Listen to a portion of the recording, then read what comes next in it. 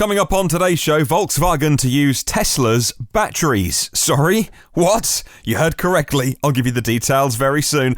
Also, Tesla make a rare acquisition. And this time, it's a battery company. Meanwhile, China gets to almost double-digit figures for EV percentage by the end of last year. The numbers are in. I'll run through them with you on today's podcast. Good morning, good afternoon, good evening. In fact, wherever you are in the world, welcome to EV News Daily. It is your Tuesday, the 5th of February edition. My name is Martyn Lee. I've been through every EV story I can find today.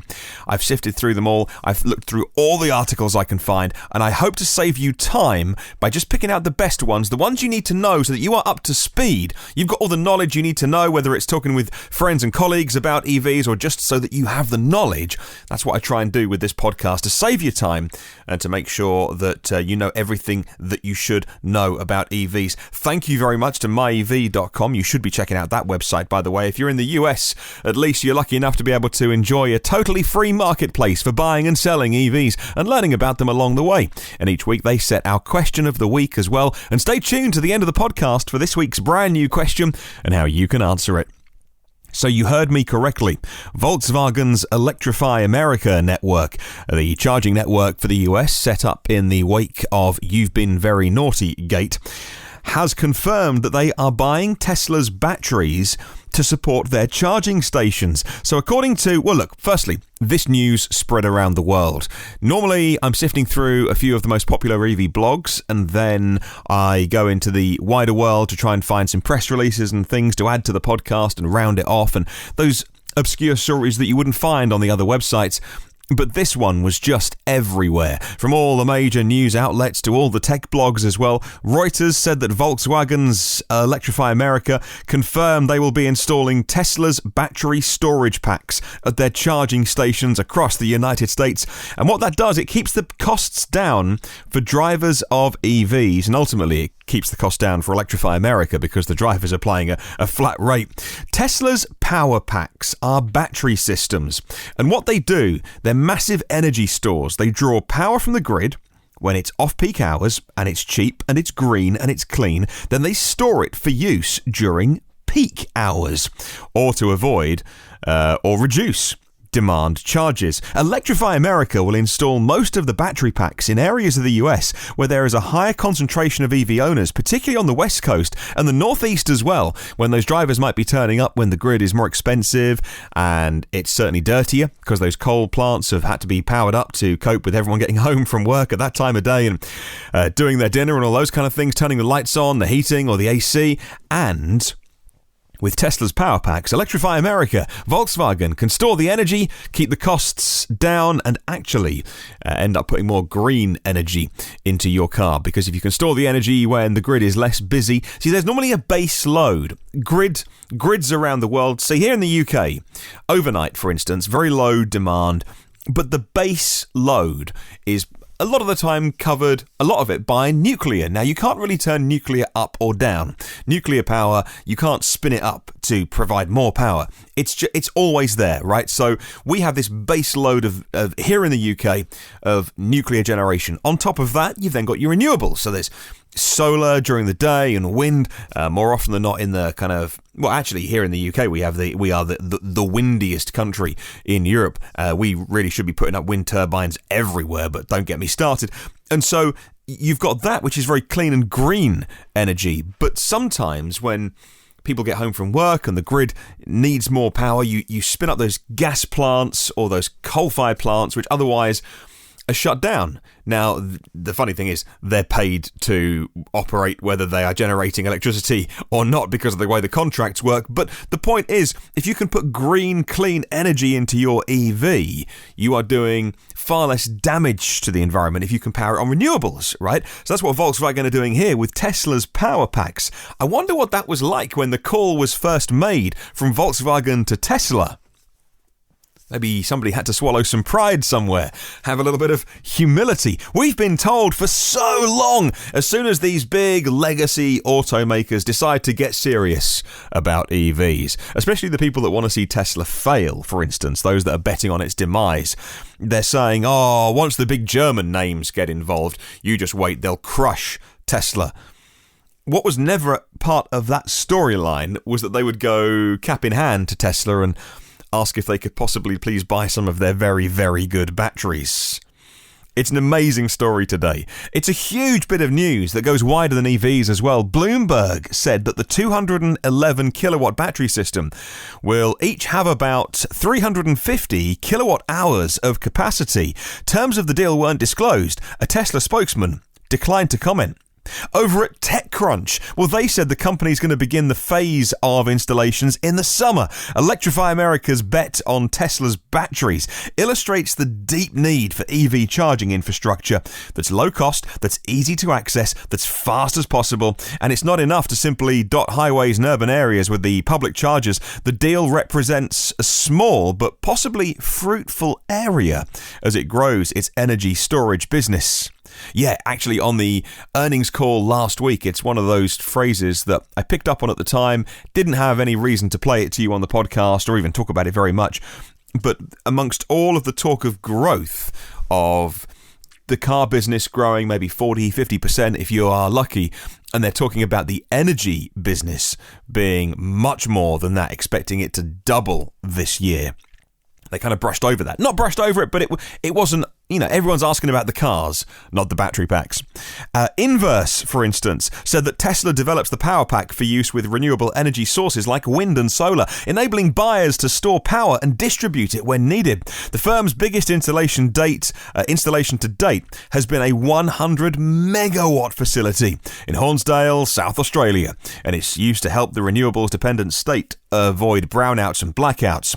Other consumers include the Manchester Science Park, using the batteries to create an energy island, and the Netherlands Lombo XNet charging facility. It uses solar energy and it powers electric cars with the use of Tesla's Powerpack. So by the way, if you are new to the podcast, that Tesla do home storage.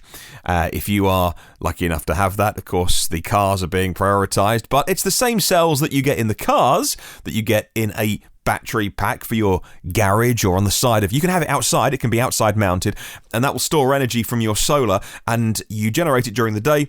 The Tesla battery stores it, and then overnight when you're not generating but you are using, you can then draw down from the pack. And a lot of people find that they never call on the grid at all these days, even with having an EV, because they plug their EV in during the day and it trickle charges on excess solar. Anyway, if that's new news to you, I recommend you go check out what Tesla are doing in their energy bit of their business. It's so often overlooked. And I often say that Tesla, yes, at the minute they're pressing metal into shapes and making cars, but in the future, Tesla will be the controller or the gatekeeper, if you like, not just for those who want to buy their car from them, but they'll be the gatekeeper of energy, and that is on an order of magnitude way more influential in terms of, as Elon Musk would say, benefiting humanity. So the car business is one thing, don't get me wrong, but the energy business, well, now you're talking. But most people overlook that. I'll put links to all those articles and more in the show notes. That piece of news went everywhere today. Can you tell? I'm kind of psyched about it.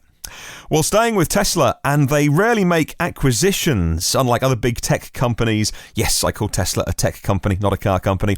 Companies like Apple are often making secret acquisitions, and many of them never get announced. Tesla has made an acquisition, though. It's quite rare for them. They're buying up Maxwell Technologies in a deal expected to be finalized in Q2 of this year. The California automaker has offered shares in return for the company. So they're not spending their own cash on this, by the way, but it's in return for shares. But even then, a couple of $100 million seems a very low amount for a very promising battery company. It's the price they're paying, by the way, is a 55% increase above their current share price at Friday's market closing. So Tesla really want this company. The transaction is going to take the form of a stock swap and received unanimous approval from the Maxwell board, says Dominic at Inside EVs. Maxwell's mostly known for its ultra capacitors, which is kind of sci-fi technology, but don't get too taken away with the romance of this. The ultra capacitors are used by other automakers. Volvo's Chinese parent company called Geely. They partnered with the firm to use the energy storage devices in 5 of its hybrid products. But does it mean Tesla wants them for ultra capacitors? Are they unhappy with their current technology? Well, maybe, says Inside EVs. But it should be noted, Maxwell has a footprint in Germany, South Korea, China, the US as well, and it has loads of other tech, which makes it very valuable. Tesla told Electrek, I quote, "We are always looking for potential acquisitions that make sense for the business and support Tesla's mission to accelerate the world's transition to sustainable energy." So saying a lot without saying anything really there. And Electrek said that the automaker might be more interested, actually, not in that sci-fi ultra capacitor technology, but more Maxwell's dry electrode technology, their dry electrodes technology that they've been hyping up recently. They claim that its electrode increases the energy density to 300 watt hours per kilogram in its current demo cells, and they can see a path to 500 watt hours per kilogram. And that is probably where Tesla wants some of that technology to build it into their battery business as well. I'll put links to those articles in the show notes. Of course, Tesla's current battery supplier for its cylindrical cells, the laptop battery cells that you get, the 18650s, that's the Panasonic contract they have. And Panasonic announced some bad news today, actually. They have had to cut their profit outlook, and immediately the Tesla haters, the fudsters, if you like, went into overdrive saying, wow, Tesla's battery supplier has issued a profit outlook, and this clearly means they were 2 and 2 equals like 9. They were saying what this must mean is that there's now no demand for Tesla cars. The end is nigh. Let me read you the Reuters article, which tells you about Japan's Panasonic Corporation having disappointing quarterly earnings, but specifically blaming it on a slowing Chinese economy, hit by a trade war with the US that hurt demand for auto components and factory equipment, reports Reuters. Now, China's shrinking car market, not the EV market, but the Puston market, the car market is shrinking, which is a new thing for China. It's crimped demand for automotive components, and Panasonic said the sales have also dropped for electronic devices used in air conditioners. The energy division, though, that is the bit of the Panasonic company which supplies the batteries to Tesla, and I quote, provided the good news in a bleak quarter, posting its first operating profit in 3 quarters. So if you bother to do the thinking, and so often these people that are keyboard warriors on the internet, you got to watch them, everything you read, you've got to ask what's someone's motive behind saying that, going, oh, Panasonic's down, must be demand at Tesla falling. It's completely the opposite. It's because the fossil piston engine market in China is suffering. The EV market is the thing that's keeping Panasonic going. So let's talk about China then. I'll bring this story slightly up the running order now I've mentioned China, because it makes sense to segue from that into this. Jose Pontes at Clean Technica has this one, a 3-month streak of record-breaking sales, plug-in cars in December in China just kept on going. China registered over 180,000 plug-in vehicles in the month of December to finish off the year. Now, China also made it the 4th record month in a row, achieving 70% year-on-year growth. It means that 2018 sales ended over 1 million. And that was the prediction we were making from sort of halfway through the year, looking at the Chinese growth of EVs, of plug-in cars.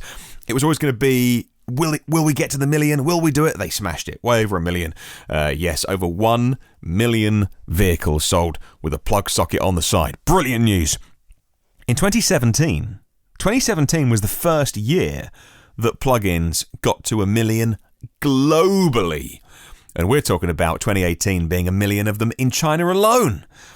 Well, the plug-in market share for December was 8%. Now, China's market's huge. So to have plugins at 8% of that is just enormous. The yearly percentage was 4.2. That's double it on 2017's share. So even on a 4.2 share, that's higher than many markets, by the way, for EVs.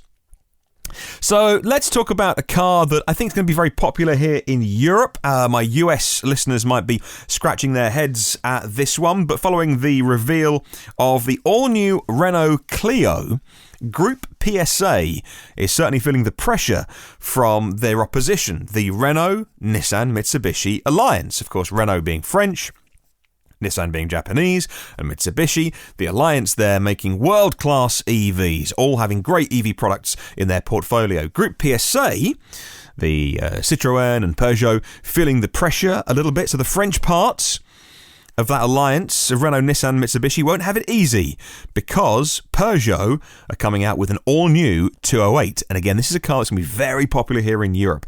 Think slightly smaller than a Golf, maybe the same size as a Golf. But I don't think you get that car. If you do, you don't get it in numbers. I'm guessing. Correct me if I'm wrong.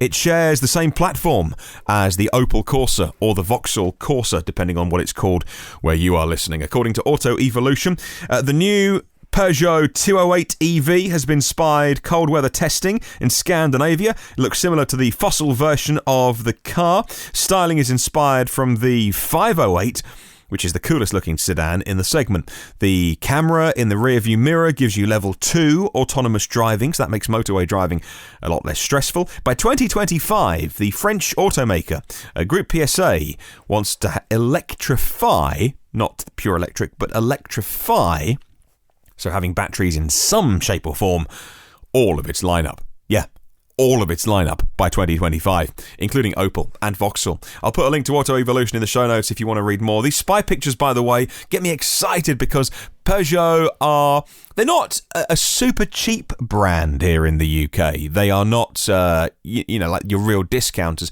But in terms of the French cars that we can buy here in the UK, they are certainly on the cheaper side. I certainly think they sell on price, if that makes sense. Like the German manufacturers can sell on certain values like quality and robustness and all those kind of things. When you look at the French cars, like the Peugeots, you're more likely to see the big headline price on the windscreen. They're selling you on, the discounting, we'll give you a discount and get your deal on that. And they are genuinely cheaper as well. So they are, you buy them more on, if you're going out to get a good deal rather than buying your dream car. I don't think I'm being unfair to Peugeot when I say that. They're probably just like the reality of the bit of the market they operate in, but operate very, very well in that part of the market, by the way.